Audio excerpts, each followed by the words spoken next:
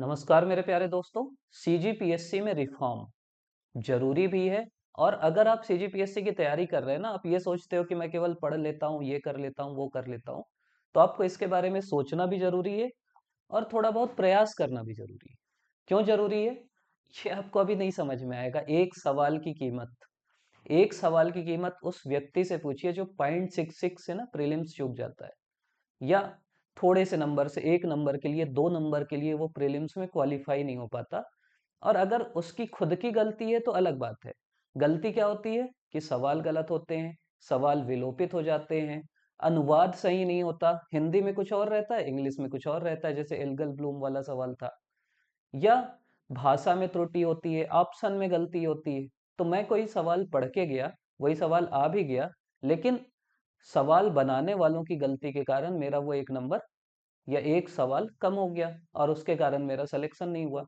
और यहाँ पे ना, मतलब ये जो जिनका एक नंबर, दो नंबर, तीन नंबर, अगर पीएससी का कट ऑफ जाता है 135, तो 130 से 135 के बीच लगभग उतने ही लोग रहते हैं जितने लोग का सिलेक्शन होता है। मतलब 4-5 नंबर से लगभग उतने ही लोग चूकते हैं जितने टोटल प्रीलिम्स में क्वालिफाई होते हैं। तो समझिए ये बहुत बड़ी जनसंख्या है। और अगर आप सीरियस एस्पिरेंट हैं तो बहुत सारे लोग यहीं फंसते हैं। और कुछ तो आपकी कमी, देखिए मैं जब एग्जाम आ जाएगा पास तो मैं बोलूंगा कि भाई यहाँ क्यों आ रहा है, 135 कटअप जा रहा है तो 140 को टारगेट करो, एक दो सवाल क्यों मैटर कर रहा है। लेकिन जो तैयारी करने के बाद भी अगर आपकी खुद की गलती से अगर आप रुकते हैं तो अलग बात है। दूसरे की गलती से, सवाल बनाने वाली की गलती से, और वो भी सिली मिस्टेक से, हम लोग चर्चा करते हैं कि यार सिली मिस्टेक मत करना, लेकिन वो इतने सारे युवाओं के भविष्य को अगर अपनी थोड़ी सी लापरवाही से कोई अगर उनके साथ खेलता है भविष्य के साथ, तो वो गलत है। और वो अगर गलत है, आप युवा हैं, तो आपको अपनी बात रखनी चाहिए। क्या क्या दिक्कत होते हैं? पहली दिक्कत है, सवाल ही ऑथेंटिक नहीं होते। मतलब करना क्या चाहिए रिफॉर्म में कि सवाल ऑथेंटिक हो, विवादित ना हो। मतलब वो पूछे कि ये जिले के क्रम बताइए, अब पता ही नहीं, दो जिले एक साथ बने, आपको कहीं नहीं पता। देखिए मैं आपको एक बहुत सीधी सी बात बताता हूँ कि जैसे हम लोग हैं, हम लोग को छोड़िए, जैसे कोचिंग वाले हैं, वो साल में 30 टेस्ट लेते हैं, 35 टेस्ट की टेस्ट सीरीज चलाते हैं, और उनके सवाल भी ना पीएससी से कम विवादित रहते हैं। मतलब वो साल में 3,000 सवाल बनाते हैं, 4,000 सवाल बनाते हैं, और उनके सवाल इतने विवादित नहीं रहते, वहां पता रहता है कि उसका उत्तर यही है। लेकिन पीएससी साल में केवल 100 सवाल बनाता है, और उसमें भी 12-13 सवाल विवादित रहते हैं। ये गलत है। मतलब एक सवाल से किसी बच्चे का भविष्य खतरे में चल देता है। मतलब आपको नहीं समझ में आएगा जो सवाल बनाने वाले हैं। एक बच्चा ना पिछले 2 साल 3 साल से तैयारी कर रहा है घर से बाहर रह के। मतलब अभी भी मैसेज पढ़ो ना बच्चों के, जब प्रीलिम्स का रिजल्ट आता है, कि सर घर से पूरा दबाव है, लड़कियों का आता है कि शादी का दबाव पड़ रहा है घर में, इतना हम सब छोड़ के आए, घर में आर्थिक स्थिति ठीक नहीं है, कोई काम करके पढ़ाई कर रहा है। ऐसे ऐसे बच्चे हैं जो मैसेज करते हैं कि भैया साइकिल चला के जाते हैं। तो ऐसे बच्चे, मतलब कोई बहुत, वो बच्चे नहीं यहाँ तैयारी करते जो बिल्कुल सब वो, उनके पास पूरी सुख सुविधाएं हैं। पीएससी में अधिकांश बच्चे वो हैं जो संघर्ष से तैयारी कर रहे हैं। साल, 2 साल, 3 साल, वो एक साल का समय लेते हैं घर से कि एक साल और दे दो पापा, एक साल और दे दो। और उसके बाद अगर एक सवाल से उनका भविष्य बर्बाद होता है ना, तो फिर गलत है वो। भाई आपको 100 सवाल खोजना है जो विवादित ना हो, जो ऑथेंटिक किताब में हो। ऐसा क्यों होता है जब हम लोग आंसर की बनाते हैं तो फिर दिक्कत होती है कि यार इसका ये भी हो सकता है, ये भी हो सकता है। ऐसा क्यों होता है बताइए ना, ये गलत है, इसको सुधरना चाहिए। मतलब सीधी सीधी मैं बात बता रहा हूँ, अगर कोई सवाल पूछा कि पानीपत की तीसरी लड़ाई कब हुई, उसमें कोई विवाद नहीं है। पानीपत की पहली लड़ाई किसके किसके बीच हुई, कोई विवाद नहीं है। तो आपके पास ऐसे बहुत सारे सवाल हैं, ऐसे बहुत सारे सोर्स हैं जो स्टैंडर्ड हैं। तो आप विवादित सवाल खोज के क्यों देते हो? क्या रीजन है उसका? मतलब इसका कोई रीजन नहीं ना। दूसरी दिक्कत क्या होती, अनुवाद की। देखिए वही मैं बोल रहा हूँ, जैसे एक वो एल्गल ब्लूम वाले का मैं उदाहरण दिया। भाई अनुवाद आप गूगल ट्रांसलेट से करते हो, आपके पास ऐसे लोग होना चाहिए जो कम से कम एक बार देख तो लें कि जो हिंदी में लिखा है उसी का मतलब इंग्लिश में भी हो रहा है। अब कोई बच्चा इंग्लिश में सवाल पढ़ रहा है, उसके लिए फिर दिक्कत है, कोई हिंदी में पढ़ रहा है, उसके लिए दिक्कत है। मतलब ये तो बेसिक ज्ञान है ना जो हम लोग, मतलब क्या बोलूं मैं, 10वीं 8वीं 10वीं का ज्ञान है कि अनुवाद करना है, कि जो मीनिंग हिंदी में आ रही वो मीनिंग इंग्लिश में भी आए। इतना तो कॉमन सेंस होना चाहिए ना, मतलब अनुवाद में गलती तो नहीं होना चाहिए। ये मतलब बहुत बड़ी अपराध बोल सकते हैं इसको, ये कम होना चाहिए।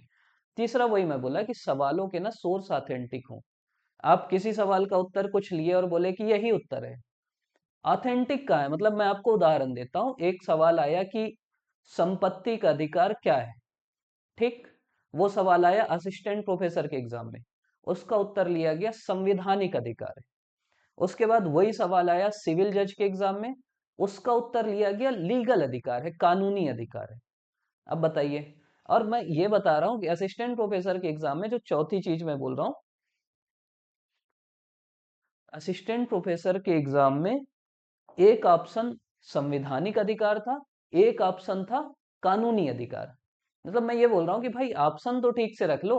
मतलब आप क्यों इतना ज्यादा खेल रहे बच्चों के साथ? आप कानूनी अधिकार लिख लिए तो संवैधानिक अगर ऑप्शन आप उत्तर देना चाहते हो तो कानूनी हटा दो, आर्थिक सामाजिक ऐसा उत्तर ऑप्शन दे दो। मतलब ऑप्शन सही होने चाहिए। ऑप्शन आप जानबूझ के ऐसे मत रखिए कि बिल्कुल दोनों उत्तर सही हो जाए, फिर आप कोई भी एक लोगे दूसरे के साथ अन्याय होगा। और आपको पता रहे ना सोर्स ऑथेंटिक, अगर एक बार आपके सोर्स में संवैधानिक अधिकार है, दूसरे बार आपकी सोर्स में कानूनी अधिकार है, तो फिर दिक्कत हो जाएगी ना। फिर अधिकार क्या है भैया, और आप दोनों ऑप्शन दे रहे।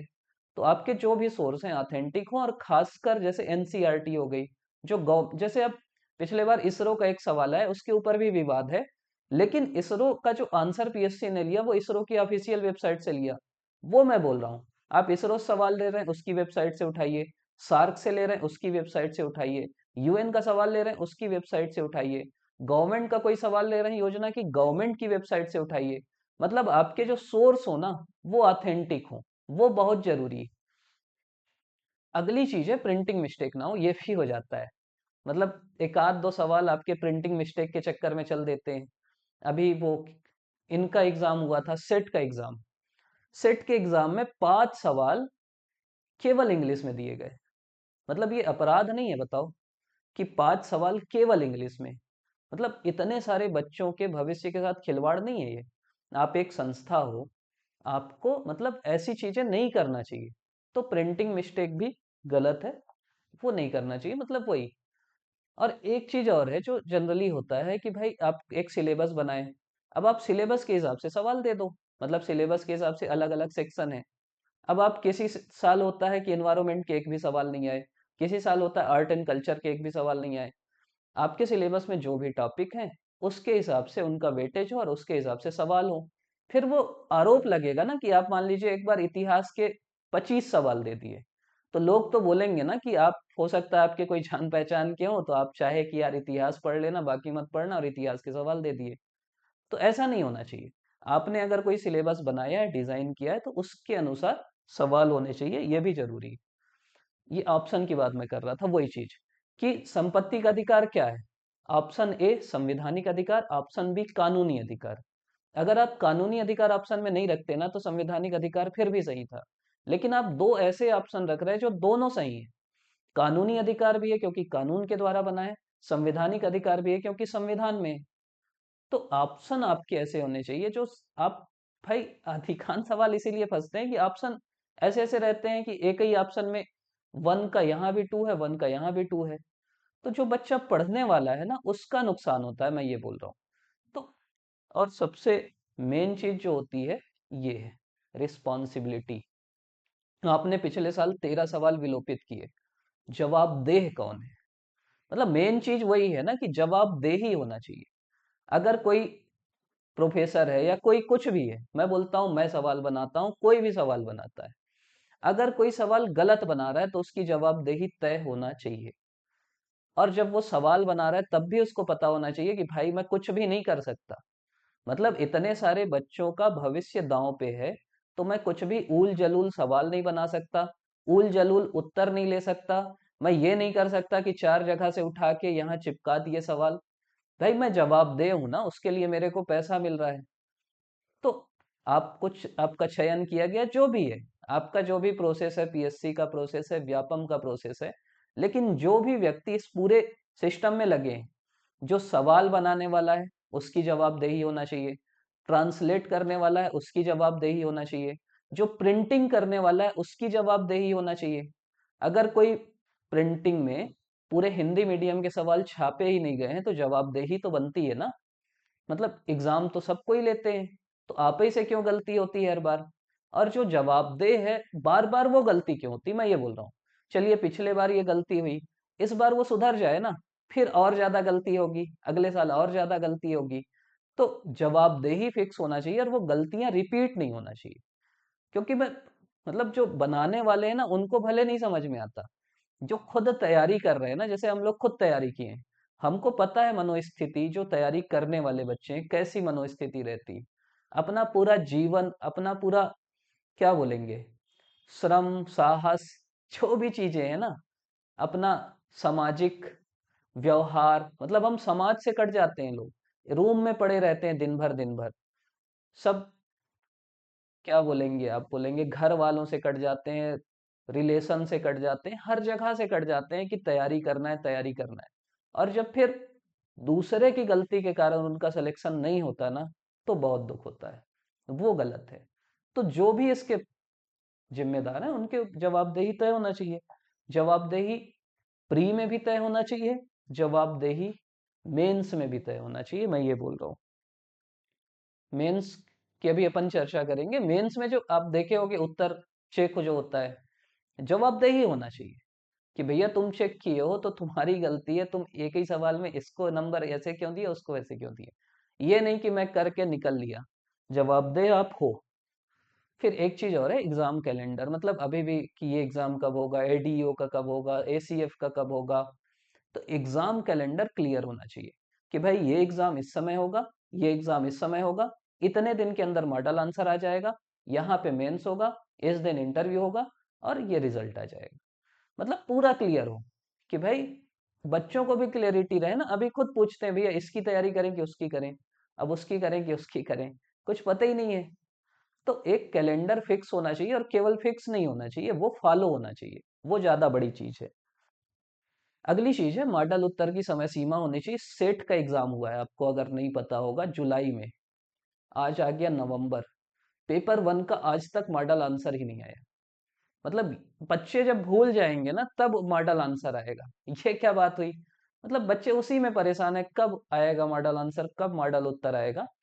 तो मॉडल उत्तर की समय सीमा होना चाहिए, उतने दिन के अंदर मॉडल उत्तर आ जाना चाहिए। और इस समय सीमा मेरे को तो लगता है कि जब कोई क्वेश्चन बनाता है तो उत्तर तो पता ही रहता है, वो बताते ही हैं।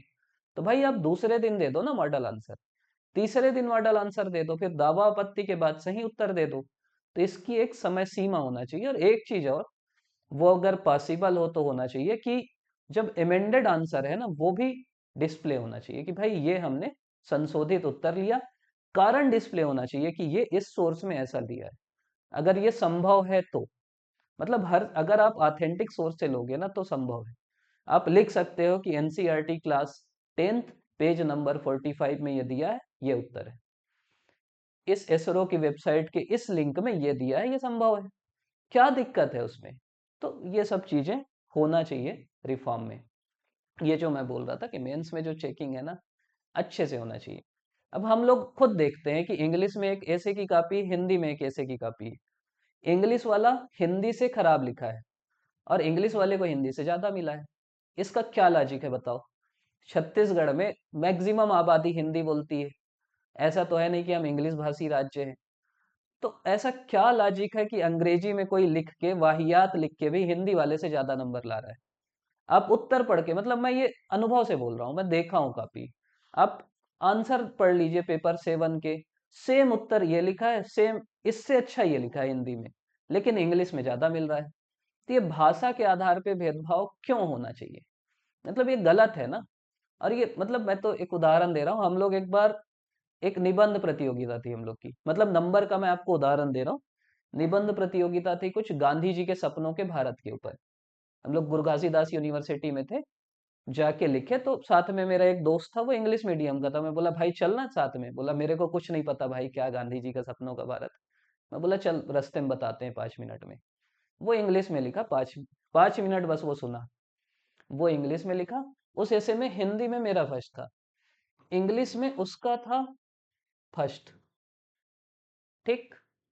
लेकिन हिंदी में मेरा फर्स्ट था, लेकिन मेरे को नंबर दिए हिंदी वाले कुछ 150 नंबर का था तो 105, और उसको नंबर मिला 130। और वो वही लिखा जो मतलब थोड़ा बहुत जो बता देते हैं। इनका जो थर्ड था उसको नंबर मिला 110। और फिर बाद में पता लगा वो अलग अलग पहले बताया कि हिंदी में ये 1 2 3 है, इंग्लिश में ये 1 2 3 है। बाद में बोले कि यार प्राइस तो 3 ही है। तो इनको 1 2 और 3 को सम्मान दे दिया गया।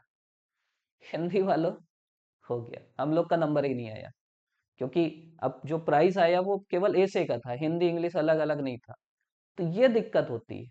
और मैं ये गारंटी दे देता हूँ कि यहाँ का जो 3 नंबर का ऐसे था वो इसके 1 नंबर से बहुत अच्छा था। हम लोग ऐसे देखे थे बाद में। ये चीजें पीएससी में नहीं होना चाहिए। ये तो छोटी चीज है, क्या है यार, स्टेज में बुला लेते तो कौन सा फायदा हो जाता। लेकिन ये जरूरी है सुधार पीएससी के लेवल पे, क्योंकि वहां कोई भविष्य भविष्य की बात नहीं थी, यहाँ भविष्य की बात है। और मैं ये उदाहरण इसलिए समझा रहा हूँ कि इंग्लिश में जो चेकर रहते हैं वो बढ़िया खुल के नंबर देते हैं, हिंदी वाले नहीं देते। तो भाई एक कॉमन वो होना चाहिए ना, कॉमन ग्राउंड होना चाहिए। बाकी फिर हिंदी में भी कई उत्तर हैं, एक ही हिंदी का उत्तर किसी को नंबर मिला है, किसी को नहीं मिला।